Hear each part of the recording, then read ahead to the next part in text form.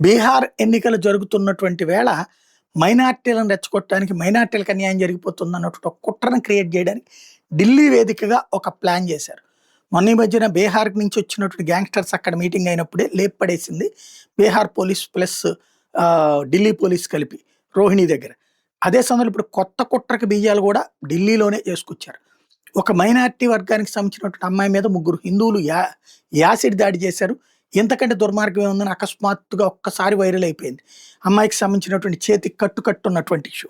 ఇప్పుడు దర్యాప్తులో అసలు నిజం బయటపడింది. ఢిల్లీ యూనివర్సిటీలో బీకాం 2వ సంవత్సరం చదువుతున్న విద్యార్థిని మీద ముగ్గురు వ్యక్తులు యాసిడ్ దాడి చేసినటువంటి అంశం మీదన ఆమెను చాలా రోజులను వేధిస్తున్నారంటూ ముందంతా హడావిడి చేశారు. మీడియాలో, సోషల్ మీడియాలో అయినా పట్టించుకోవట్లేదని. అయితే పెద్ద ఎత్తున దేశం అంతా కూడా చర్చకు వచ్చినటువంటి దాంట్లో దర్యాప్తు వేగంగా చేస్తే ఆమె వాళ్ళ నాన్న కలిసి ఈ కుట్ర పన్నారు. ఇదంతా పచ్చి అబద్ధం అని తేలింది. ఆమె చేతుకున్నటువంటి కాలిన గాయాలు యాసిడ్ వల్ల కాదు, వాడెవడో యాసిడ్ పోసాడు అన్నది పచ్చి అబద్ధం. యాసిడ్ వల్ల కాదు, టాయిలెట్ క్లీనర్ వల్ల కలిగినాయి. అది కూడా ఆమె ఇంట్లో నుంచినే తెచ్చుకున్నటువంటి టాయిలెట్ క్లీనర్ని తనపై తానే పోసుకుంది అన్నటువంటి విషయం తేలింది. ఎందుకయ్యా అంటే ఈమె తండ్రి పేరు అఖిల్ ఖాన్. ఇతను వాళ్ళ అమ్మాయికి చెప్పాడు మనం రెచ్చగొట్టాలి అని. ఎందుకంటే ఇప్పుడు ఈ అమ్మాయి చెప్పినటువంటి ముగ్గురు వ్యక్తులు ఎవరైతే ఉన్నారో వాళ్ళకి ఇతనికి పడదట. ఇందులో జితేంద్ర అనేటటువంటి వ్యక్తికి ఈ అఖిల్ ఖాన్కి అసలు పడదట.